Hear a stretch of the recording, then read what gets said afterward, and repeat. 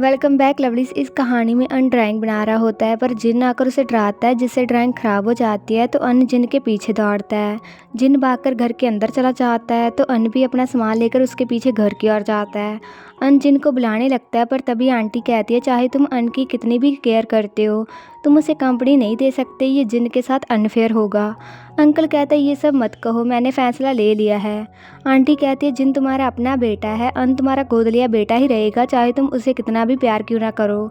तभी जिन पीछे मुड़कर अन को देखकर वहाँ से चला जाता है। 3 साल बाद जिन एयरपोर्ट पर बैठा वेट करता है। अन उसे लेने वहाँ आता है पर एक लड़की उससे रास्ता पूछ लेती है जिससे जिन गुस्सा हो जाता है। अन आते हुए गिरने लगता है पर जिन उसे पकड़कर बचा लेता है। अन कहता है सॉरी तुम्हें इंतज़ार करना पड़ा पर ट्रैफिक जाम बहुत ज़्यादा था।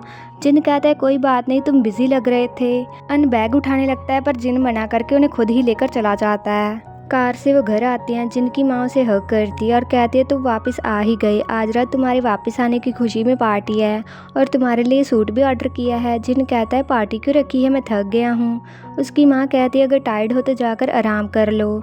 जिन घर के अंदर चला जाता है। वो अन को कहती है शुक्रिया उसे घर लाने के लिए, पर मैं कहना चाहती हूँ चाहे जिन वापस आ गया है पर कभी अपनी हद पार मत करना। अन उदास होता है। उसके बाद पार्टी में अन एक कॉर्नर में खड़ा होता है।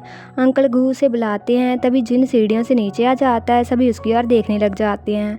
अन भी उसकी ओर देखता रहता है। उसकी माँ जिन को बाकी सबसे मिलवाती है।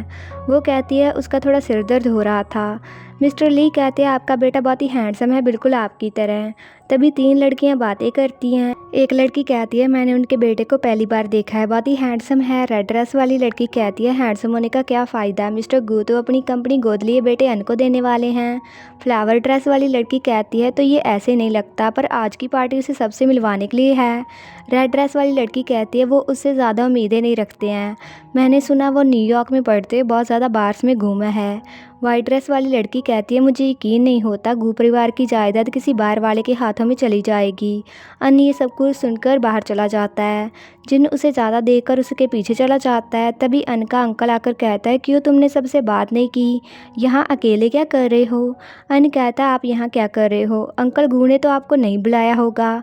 उसका अंकल कहता है ये मत भूलना तुम्हारा आखिरी नाम शी है, हम असली परिवार हैं। अन कहता है क्या रियल परिवार, तो आपने मेरे पेरेंट्स की सारी जायदाद पर कब्जा कर लिया, तब आपने मुझे अपना परिवार क्यों नहीं समझा। उसका अंकल कहता है तुमने मुझे गलत समझा, तब तुम बहुत ही छोटे थे तो मुझे डर था तुम्हारी जायदाद किसी बुरे हाथों में चली जाएगी। अन कहता है चुप करिए और यहाँ से चले जाइए, आपका यहाँ पर स्वागत नहीं है। उसका अंकल कहता है बड़े होकर तुम समझ जाओगे, पर तुम्हें घू परिवार में अपना रुतबा बढ़ाना है। उसका अंकल चला जाता है और जिन आकर पूछता है तुम्हारा अंकल यहाँ पर क्या कर रहा था। अन पूछता है तुम यहाँ पर क्या कर रहे हो। जिन कहता है मैंने कहा था उससे दूर रहो। अन कहता है मुझे पता है। जिन कहता है वापस जाओ, डैड तुम्हें ढूंढ रहे हैं। अन कहता है पर आज की पार्टी तो तुम्हारे लिए है ना। जिन कहता है पार्टी यहाँ नहीं है। जिन जाने लगता है। अन पूछता है क्या करने जा रहे हो। जिन बाइक लेकर जाने लगता है पर अन आगे आकर कहता है तुम नहीं जा सकते, अगर मुझे पता होता ये सब होने वाला है तो मैं तुम्हारी बाइक को संभाल कर नहीं रखता।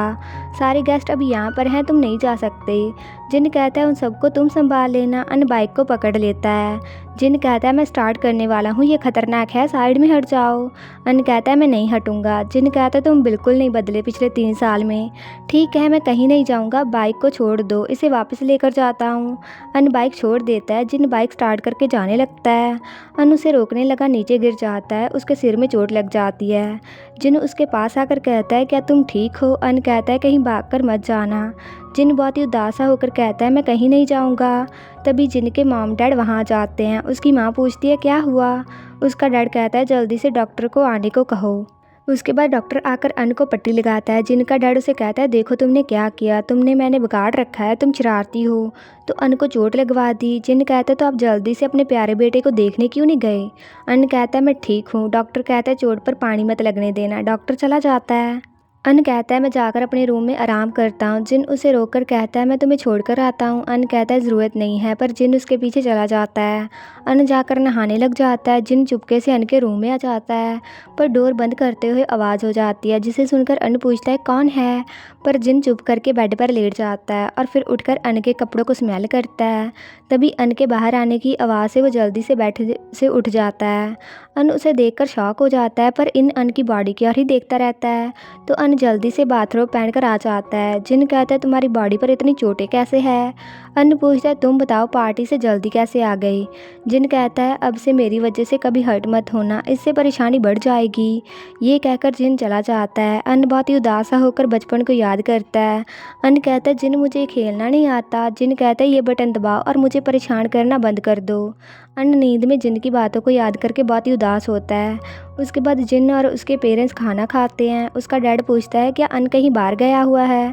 जिन कहता है मुझे नहीं पता। उसकी माँ कहती है वो तोंग के घर गया होगा। उसके रूम का डोर लॉक था। उसका डैड कहता है वो इस हालत में बाहर क्यों चला गया, तुमने उसे रोका क्यों नहीं। जिन पूछता है तोंग कौन है। उसकी माँ कहती है वो उसका हाई स्कूल का दोस्त, बहुत ही प्रीटी है और क्यूट भी, और वो पहले हमारे घर में बहुत ही आता था। पर तुम आज कहाँ जाने वाले हो। जिन कहता है मैं अपने दोस्त से मिलने जा रहा हूँ। माँ पूछती है किस दोस्त से। वहीं अन रूम में बीमार पड़ा होता है। उसे याद आता है जब वो अपने पेरेंट्स के साथ लिफ्ट में फंस गया था और वहीं उनके पेरेंट्स की मौत हो गई थी। वहीं अंकल गू कहते हैं डॉक्टर आने वाला है, अन को कॉल करके वापस आने को कहो। आंटी कहती है मैं अभी तोंग को कॉल करती हूँ। वो कॉल करके पूछती हैं। तोंग कहता है वो मेरे साथ नहीं है। अंकल गू कहता है क्या वो तोंग के घर नहीं है, तो वो कहाँ गया है। आंटी कहती है फ़ोन भी बंद है। अंकल गू कहता है मैं पुलिस को कॉल करता हूँ, अगर कुछ हो गया तो। आंटी कहती है ऐसे मत सोचो, मैं फिर से पूछती हूँ। जिन कहता है क्या आप श्योर हो अन बाहर ही गया है। उसकी माँ कहती है तुम्हारा क्या मतलब है। जिन पूछता है क्या आपने के पास उसके रूम की चाबी है। उसकी माँ कहती है उसने खुद ही कहीं रखी हुई है। जिन भागकर चला जाता है और अपने रूम की बालकनी से अन के रूम में चला जाता है। जिन अन के पास आकर चेक करता है, उसकी चोट से खून निकल रहा होता है। उसका डैड कहता है कि अन रूम में ही है। जिन अन को उठाकर कहता है उसे फीवर है। वो उसे हॉस्पिटल लेकर जाते हैं। जिन अन के होठों पर कॉटन से पानी लगाता है। उसके फेस को टच करके वो अन के माथे पर किस कर देता है। तो पार्ट 1 के लिए बस इतना ही। अगर आपको ये वीडियो अच्छा लगा तो वीडियो को हाइप कीजिए और please like, comment, share and also subscribe to my channel. तो मिलते हैं नेक्स्ट वीडियो में।